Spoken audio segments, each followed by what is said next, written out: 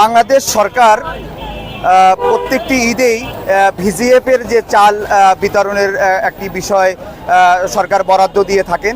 প্রত্যেকটি ইউনিয়নই কিন্তু সেটি বরাদ্দ দিয়ে থাকেন।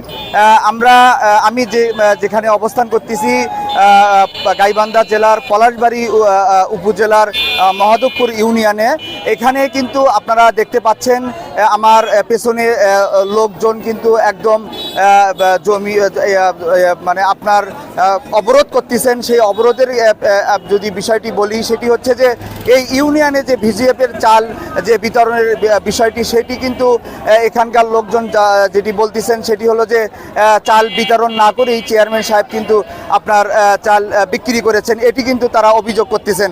এই অভিযোগের প্রেক্ষিতে আমরা এখানে সরজমিনে যতটুকু দেখতে পেলাম সেটি হচ্ছে যে এই চেয়ারম্যান কেন এই স্লিপ থাকা পরেও কেন চাল দিচ্ছেন না। এই সাধারণ মানুষ কিন্তু সেটি বলতেছেন যে আমাদের স্লিপ আছে আমাদের কাছে, কিন্তু কেন চাল আমাদেরকে দেওয়া হচ্ছে না। এটিকে কেন্দ্র করে কিন্তু এটি মহাসড়ক গাইবান্ধা পলাশবাড়ি যে মহাসড়ক, এই মহাসড়ক কিন্তু অবরোধ করা হয়েছে। এই অবরোধ করার কারণে এই মানুষ কিন্তু আপনার এই অবরোধ করার কারণে কিন্তু মানুষের ভিতরে একটা ক্ষোভ সৃষ্টি হয়েছে। আমরা এই মুহূর্তে একজন সাধারণ মানুষের সঙ্গে একটু কথা বলবো। আমরা তো ভুক্তভোগী হয়ে গেছি কালকে থেকে। আমাদের কাছে কাঠ আছে কিন্তু চাল নাই। এই চালটা আগেই বিক্রি করে দিয়েছে।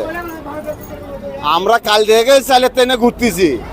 আমরা যারা চাল তুলে নিয়ে গেছে তারা 10 কেজি জায়গা 6 কেজি করে চাল পাইছে, এবং তারা তো পাইছে 6 কেজি চাল 10 কেজি জায়গা। কিন্তু আমরা যে আমাদের কাছে যে কাঠ আছে তারা তো এখন দিচ্ছে না চাল। আমরা চাল চাইতেছি কিন্তু চাল নাই। তারা এবং আরো মারপিট করতেছে চেয়ারম্যান সহ।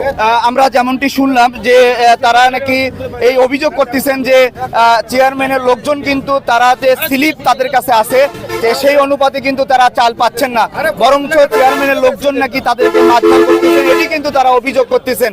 আমরা আরেকজন ব্যক্তির সঙ্গে একটু কথা বলবো যে এই যে বিষয়টা নিয়ে এখানে যে দ্বন্দ্বটা সৃষ্টি হয়েছে, অবরোধ সৃষ্টি হয়েছে, একটু বিষয় একটু যদি বলতেন।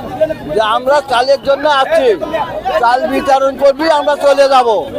আমরা কিন্তু 5 করে দিছে 6 করে দিছে তাও মানছি, কিন্তু কালকে দিবের ধরে চাউল শর্ট, চাউল আর নাই, দিবেরই বার বেরোয়।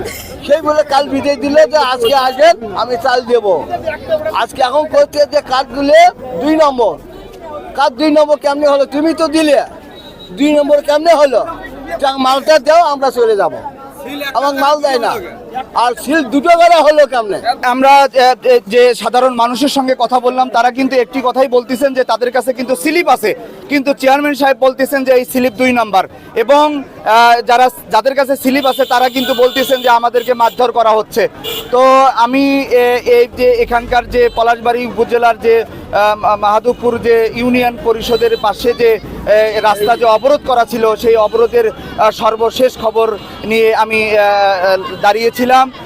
Omar Faruk Roni, Gaibandha, RSC TV।